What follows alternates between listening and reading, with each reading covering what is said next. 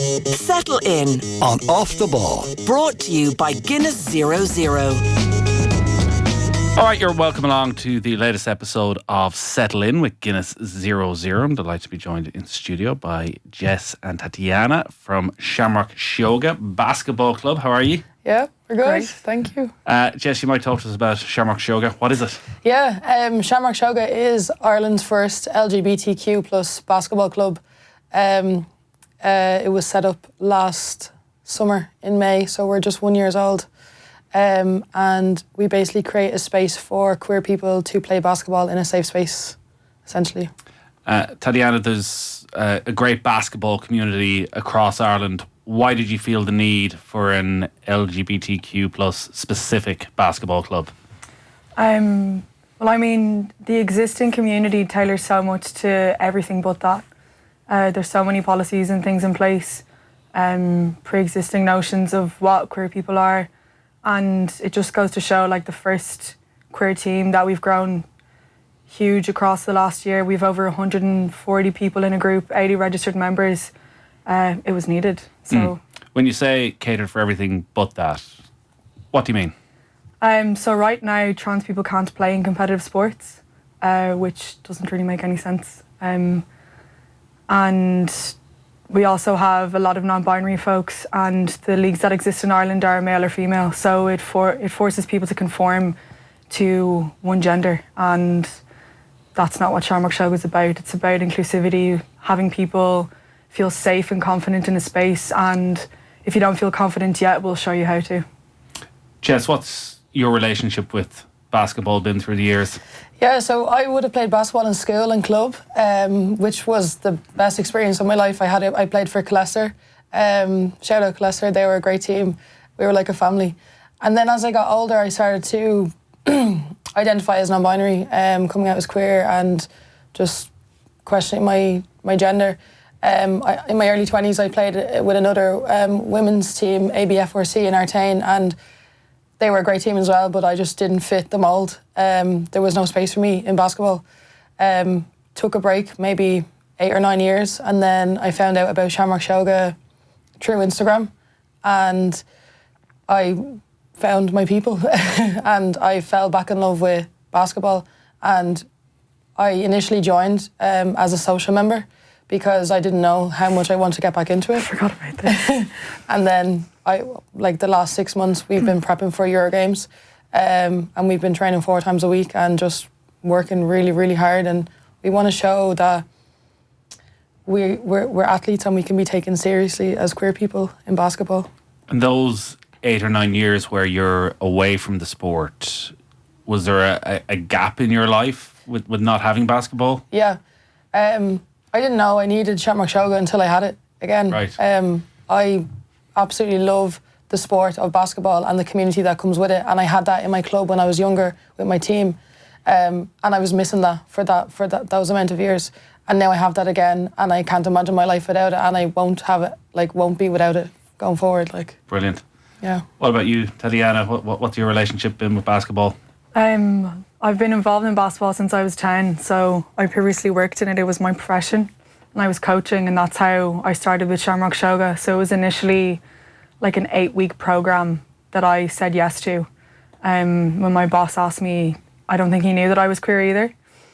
So I was like, hell yeah, sign me up, I want to do this.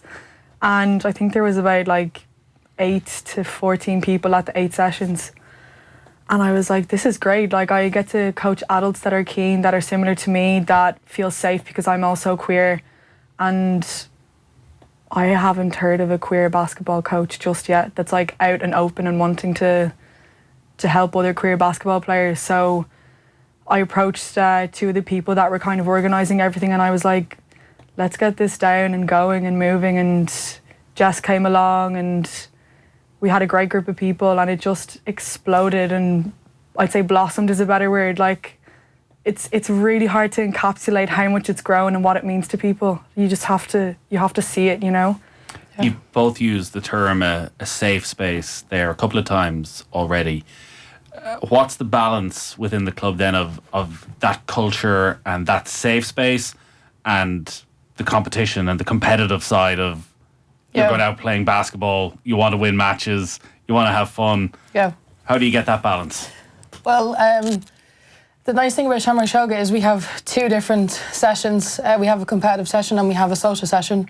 Our competitive session are people who would have played basketball back in the day, maybe took a break, and now they want to get back into it. So it's kind of like they have their basketball knowledge, they have their basketball experience, and they just happen to be gay as well. Whereas our social team, some of them have never picked up a basketball, but they just want to have that space, you know? So it's nice to have the 2. But we try to just really centre trans people in our club. Before every session, we do names and pronouns before everything, and we take that very serious as well. We make sure everybody is respected. If someone, you know, slips up here and there, that's fine, but we really drill that to our members, and yeah, we just yeah, that's what we do. That's what we do. Yeah, that's what we do. Should there be a need for Shamrock Sióga? That's a tough one. You both seem to get so much out of it and so much enjoyment, but as you said, Jess, you were in a different basketball environment. Yeah. Where at one stage maybe you were happy. Yeah. There as well. Like, yeah. Would you? It sounds like at this stage you're past that, but yeah. Would you like to get back to that? I think growing up as a kid, as a gay kid, because I was out at the time and I had a really supportive team. That's why I love them so much. I think every kid needs to experience that, you know? I think when you're an adult, you can kind of find your bearings and you can kind of choose what spaces you want to be in. But in terms of when you're a kid, like having sports and being accepted for who you are, I do think they should be merged. And every kid, whether they identify as LGBT or not, should feel empowered and accepted in a sport and supported and confident and like want to thrive in that space, you know. Tatiana, as a coach and your involvement, you're probably seeing lots of different types of personalities come through the club. What sort of opportunities have you seen being given to people? So many. It's especially just coming back from France as well, like people letting their guard down, people being more themselves. So you're just back from, how long? You were in Lyon at a major tournament? Yes. Yeah. We were in Lyon competing in EuroGames. The game spanned over the course of 2 days. So we had 3 teams and one came back with a silver medal around the necks. Being a year-old, like, that's insane. Sorry, like, it's unbelievable. So still haven't processed it. Yeah. We got back on Sunday. So just back to reality now. This is Tuesday afternoon, by the way, so the voices are still feeling the effects. Raspy, yeah. Was that from shouting instructions or from celebrations? Both. Definitely both. Yeah, so I guess to give you some context of why we signed up for EuroGames, as Tatiana mentioned, trans people can't play in a league in Basketball Ireland, and we want to be taken serious as competitive athletes, so we wanted to have a goal to work towards. So over the last year, we've been training, developing our teams and fundraising to help get us to EuroGames, which we did. And we had 3 teams, so we had a men's plus team, a mixed gender team, and a Flinta team, which is basically non-men, anyone but man. So like non-binary people, women, trans people, all included in that. And this was our first big tournament representing Ireland. And our Flinta team came second, so we got second place, which was absolutely monumental and so special to all of us, because this time last year we were just a baby club, you know, and now for Irish sport as well. Like we win nothing, you know. Yeah, so it's really special to us that we have that and we won that, and we can show now we can be taken seriously as athletes, you know. And we should be. Yeah. And by the sounds of what you were saying, Tatiana, as well, that opportunity to travel abroad and to get to know each other that little bit better and away from home and spend some time having the type of conversation you might have when you're only seeing each other for a couple of hours a week. Exactly, yeah. And people just feeling more comfortable. Obviously, I felt comfortable enough to be screaming and shouting at everybody. And people just like picking up on the instruction and fighting so hard and hustling and putting in the effort, like the amount of blood, sweat and tears that went into training for this and to see the payoff. And although 2 other teams didn't get the results that we hoped for, they still gave it their all to the very end, that they gave one of the teams a prize for fair play and sportspersonship. You know, like the message there of what Shamrock Sióga is and was at that tournament was amazing. Yeah. And also the opportunity to get to meet up then with other teams and the bonds and the opportunities that might come out of that over the coming years, I presume, are massive. Absolutely. Back in May, we did a more casual tournament with one of our teams, and we placed third there. And we built some relationships from that. So some of the teams that we played against in that tournament, we met in Lyon. And then the relations that we've made now, like other clubs, Milan, Barcelona, Vienna, Berlin. Copenhagen and Berlin, they've all invited us to their international tournaments just from this week. You know, so that's a lot of nice trips. Yeah, it's a lot of nice trips. Yeah. So we want to just represent Ireland and show Irish people, especially in basketball, that we can take part and we deserve to take part. What is the relationship like then with Basketball Ireland and the governing bodies? As you've just mentioned, you've just been to Lyon. You're competing at a very high level and achieving at a very high level. What is the recognition of what Shamrock Sióga is doing? What needs to happen next? I mean, with Basketball Ireland, the way things work is that there's leagues that kind of conform to their policies and rules and regulations, but then you'll have like a Dublin League, a South West League, a West League, and we don't participate in any of those, but we register ourselves as a club with Basketball Ireland. And I think we've trailblazed enough ourselves without having to need any kind of support, even though we would never say no to support. The committee and the group of people and the support that we have, the fundraisers we've made, the connections we've built is how Shamrock Sióga has grown. And I don't think we've done much with Basketball Ireland in that kind of sense. I don't think we can. We can't. If their policies don't allow us, and unless their policies change, we don't want to work with them. That's just point blank. And is that a debate you want to have with them?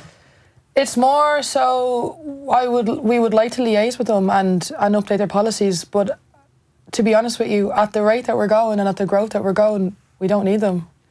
We have our own thing. We're doing our own thing, you know. We've kind of built everything from the ground up ourselves. We've done all of our fundraising. All of our collabs has been done through us. Getting to Lyon, getting to London, our future things will always be from us, you know. And they haven't reached out to us. There's a lot of LGBTQ plus sports clubs coming on board. It feels more and more every year, and a lot of the ones that we talk to, the trans community comes up more and more often as there not being a place in traditional sport, and almost that sense of protecting them within your bubble of actually this is a very safe space where you're not going to be judged, where also you don't need to be part of the commentary around that sport, which just must be feel so relentless on a very small percentage of the population who are being identified by the sporting bodies. How important is that for you within your club? Because again, there's a vast array of people within that umbrella, but particularly the trans community and providing them with that level of safety within sport. A lot of queer sporting clubs in Ireland are gay men centred. Shamrock Sióga is not. Shamrock Sióga is trans people centred, and that's our core value at its heart. We will always put our trans members first and have that space for them. We don't want any barriers for them to play in terms of financial or getting there or kits or runners or whatever else it may be. We will support them as much as they need to be supported, and they need to be protected. And like, we need to make sure that the people that play with us, our other queer people, that they're respecting our trans brothers and sisters. We need to ensure that the venue that we're training in is also respecting our trans members. That's really important to us because we're going to be using the changing rooms, we're going to be using the toilets, you know. So we need to make sure all of those things are like ticked off the list and ready to go. It's, you know, to make sure that our trans people feel safe even getting to a specific area, like how they get there. You know, we have to consider all of that to make sure that it runs as a safe space for trans people. Well, not something I would ever consider, but you would have to think about as to, you know, the public safety aspect of it, as to where you're training, how accessible that is. Like, how difficult is that? How much of a concern is that as to where you're training, how aware people are of where you're training? It's not too much of a concern, but it's something that we have to consider, you know, and we've been very lucky. We now train in St. Pat's in DCU, in Drumcondra, which they have been phenomenal working with. Because they're a university, they're really modern. They know, you know, they have students, like, you know, LGBT issues and community is no stranger to college life and university life. So it's been really nice to have this space to know, right, we're good, because they have pride flags hanging up and everything else, which makes our members feel way more safe. And in terms of people knowing where we're training, so far so good. Like, we've been fine with that, but these are just things that we have to consider to make sure everyone is 100% and feels safe getting there and then playing there, you know. It's a Dublin-based club at the moment. Yeah. Are there potential for expansion to other cities across the country? I'm sure you'd welcome many conversations or calls from people in Cork or Galway Absolutely. or Waterford or Limerick. Tati will chat about that, but we have one member who travels from Galway every week to play with us, and she played with us in the EuroGames and placed second. That's a good level of commitment. Yeah, it really is. Yeah. See, the goal now is, like, we want competition, you know. So, like, ideally, we'd love what we've set up to be a template and kind of start a domino effect where clubs are popping up in Limerick, in Galway, in Cork. There's a team up in Belfast. And we can create our own League of Ireland there and play games and have an LGBTQ basketball league that we can do ourselves, you know? Mm-hmm. So hopefully, with time and with enough people and resources and interest across the country, that will be a reality. So to prepare for the Euros event in Lyon, who were you playing matches against? So I'd reach out to clubs and ask if they'd play friendlies and stuff. So I play in the Dublin leagues myself, so I kind of would be quite familiar with that kind of scene. And yeah, it was a good help. And what's the reaction when you're asking clubs to play games if the overall policy is that there's no place for trans players? When you're ringing individual players, individual clubs saying, come and take us on the friendly, what's the reaction? This is what's really frustrating, because when I reach out with the message and I say what Shamrock Sióga is and who we are, and that we're looking for friendlies because we can't compete in the normal leagues, they say, oh, that's a shame, absolutely, we'd love to play. Oh, I can't believe you can't play, let's do a friendly whenever works. And I haven't had anybody yet say that they don't want to play or they don't feel safe or something doesn't feel right. And 2 teams have said, if you signed a petition or if you made a petition, I'd sign and let you guys play. Yeah. So it's not like there's a sense of like fear, or it's not coming from other basketball clubs. That's the thing. It's coming from the top down. It comes from this miseducation of what trans people are. People don't understand what it could mean because nobody has seen it before, and people are scared of the unknown. But the problem is that people aren't given the opportunity to see what it is, because there is no safe space. Now that there is, people are going to start to see it. Something like this is giving us such an incredible opportunity to showcase what trans sports is and LGBTQ sports is. So now that people see this, hopefully we can show like trans people are safe, trans people are welcomed, and trans people can compete in competitive sport if you let us, you know? Yeah. It's also has been difficult to get friendlies because basketball clubs have their own leagues and they have their own dates set out for the year ahead. So as much as people are saying yes to us actually getting down to it and trying to get a match in has been proven difficult. So 9 times out of 10, we've been playing against each other. Yeah. You know? So, yeah. What about the boring admin side of it then, and new kits, fundraising to go to Leon, even if you are trying to start an All-Ireland league, the administration that might go in with that, is it difficult to raise money to tap into resources? I think we have a really strong committee. It started off with 5 for the last year. From September onwards, we'll have 13. Everyone has been on the ball with the admin bits. We've delegated different roles to people. I think fundraising in general right now is hard for everyone. But it's mostly been our friends and family who have been showing up to our pub quizzes, we hosted a gala, that was a fundraising event. A lot of people have been really helpful in donating prizes towards us, other queer like companies and small businesses as well, like tattoo artists, barbers and stuff like that. So our community has really shown up for us, which has just been, we're so grateful. We're so grateful for our community getting us to EuroGames, honestly, and then to bring home the silver to show them that we can do it, was just great.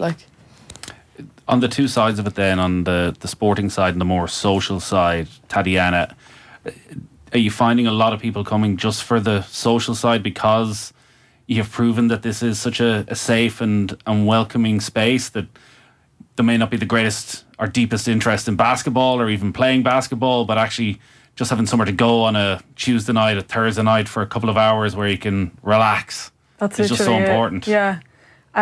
We got back from Lyon on Sunday, and one of the guys in the committee sent a screenshot of a message saying that, was it 12 people?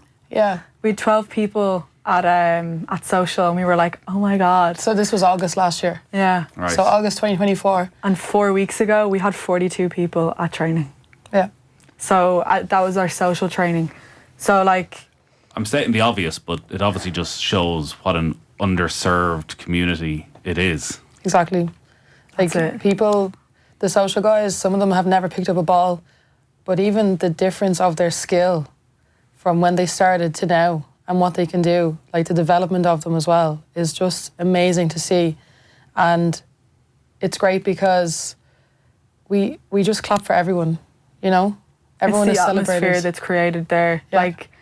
You're hyped up if you trip over, you're hyped up if you score, you're hyped up if you look like an idiot, and people are laughing and having fun, and the drills that we do, there'd be variations there, so you'll be doing simplest things, or races, or flipping cones around while bouncing a ball, that it's just something to just let out this stress of life. That's what sport is, above everything else, whether it's queer or not, that's what sport's for. So it's giving these people that have a lot of people will think of sport and be like, oh God, no, I can't. And it's that, again, the safe space where you can go and do these things and be active in your own way. Mm-hmm. And people are finding new ways to be active, and that's what Shamrock Sióga is. There's no set way to be playing basketball at our social sessions. People just show up, and as long as you have a ball and you have a smile on your face, then job done. All those things that you're talking about, what sport can be and should be, Tatiana, are things that we're told aren't what trans athletes are, that they're not interested in just going out and playing and having fun and having a bit of crack, that they're looking to injure women and they're looking to go into women's changing rooms. That's why they want to get involved in sport. That side of it, that doesn't enter the debate at all. Yeah. When you're listening to that and you're going on your trips and you're sitting around having these conversations, or maybe you're not having these conversations and we're having them on the outside, how does that make you feel when you hear that sort of language being used? It's really frustrating because, again, it's just complete miseducation and scaremongering. Literally, there's nobody can name a trans athlete that's in the public light because there are very little open gay people, let alone trans people. These people aren't given a voice or the opportunity to showcase. And if and when someone is given that opportunity, it's fueled with negative comments and hatred and you shouldn't be here, you don't belong here. And it all comes from fear. And if you were to see now, like, these people that are making all of these points, I guarantee you they wouldn't be able to pick out of the lineup of Shamrock Sióga. Who's trans? You're Who's trans, not? you're not, you're this. It's a matter of showing people what trans people are, because it's not being showcased enough. Yeah, we have 80 registered members in total. I'd say at least 50% are trans and non-binary. And then out of our 23 people that went to EuroGames, I'd say there was 10 trans and non-binary people there. So we're there. We exist. And the isolation from mainstream sport that the trans community is facing, and it's only growing. How does that sit with you?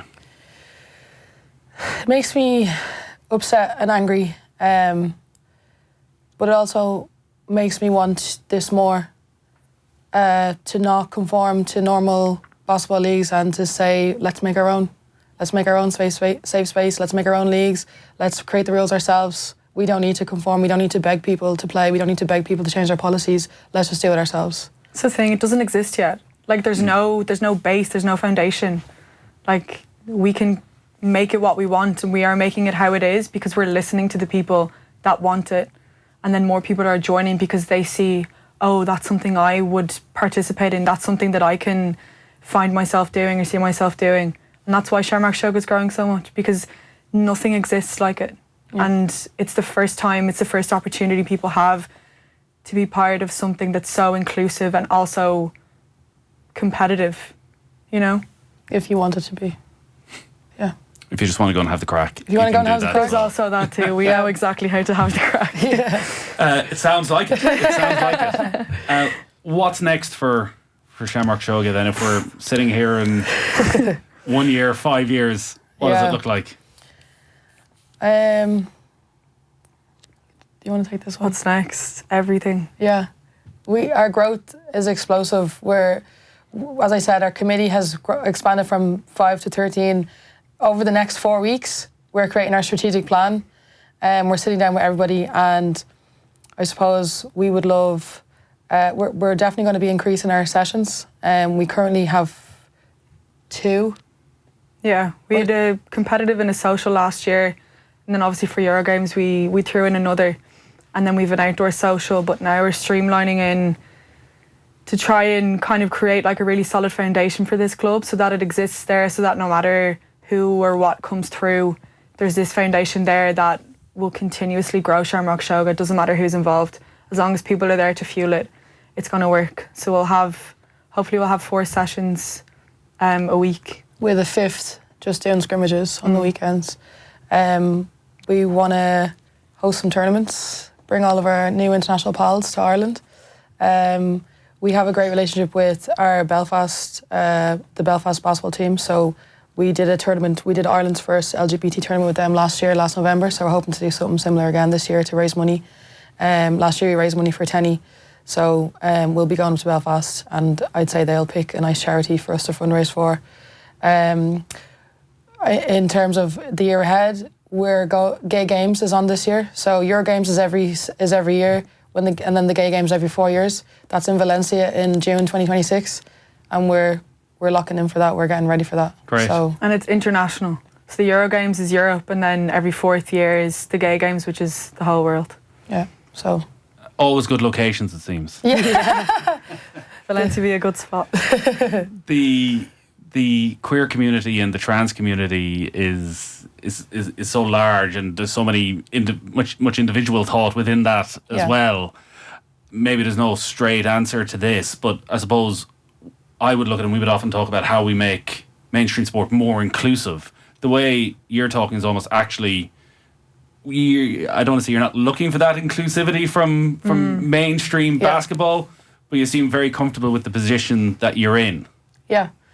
I think at the beginning, we were looking to fit the mould, to try and see how we could adapt to fitting into the Basketball Ireland leagues and stuff like that. But just seeing our growth and seeing how many people are interested in playing basketball, we don't need it. We don't need anyone else in terms of facilitating leagues or in terms of support. Yeah, absolutely, support is always welcome. But we have enough interest and we have enough people who want to facilitate it. Like me and Tatiana are both on the committee. We have a 13-member committee now, so we're just going to take off. We can do it. And who's to say if the space becomes available that we can't do that and compete in leagues? You know. Yeah. Ideally, we can. Because that's do I what we suppose want. what I was going to ask, as to, in a way, you shouldn't need to exist as a club. Yeah. But actually, the fact that you do and it's so successful and so important to so many people. Yeah. Well, like you've obviously turned what was a negative situation into such a positive 100%. situation. Yeah. But at the same time, you never should have had to do it in the first place. Yeah, I know. This club just finds people when they need it the most. Right. And that's what makes it so special. That's a pretty powerful thing. It does. If you ask any of our members, this club is family. Like, if you could see the social sessions, like it's the social ones as well. Like obviously the competitive ones are great, but everyone's like locked in, train, shoot, you know. The social ones, like the people just having the chats. They're just standing here with the ball on the side and people are shooting away. Some people are just chatting. Some come and share some things that like, oh, I've had a bad day and whatever. And it's where people let loose. They let their hair down. They can say how they feel. Yeah. And I don't really get that with my basketball team. Like I go to train and shoot and practice. So you can have the best of both worlds there with Shamrock Sióga, you know? Yeah. One of the girls at the end of a session, we did our hands in. We did Shamrock Sióga and she just started bawling and she was like, you just have no idea how much I needed this today. I was thinking about that. Yeah. And we all just group hugged. And it was just so special, like. Yeah. And if that's not what sport's meant to be, eh? You know? That's literally, that's it. That's the message. Yeah. It's what brings it together, you know? Yeah. Sounds like you're doing some incredible work. Very best of luck at the Gay Games in Valencia. What month is that? June 2026. June 2026. Yeah. So you've a bit of time to prep. Lots and of time. Get We do. yourselves ready. And listen, if we can be of any help with fundraising or making people more aware of some of the things you're doing over the next year, please do let us know. Jess, Tatiana, very best of luck. Thank you. Thank Get you some so rest much. after that successful weekend. I'm going mute now for a couple of days. That is the latest episode of Settle In with thanks to Guinness 00.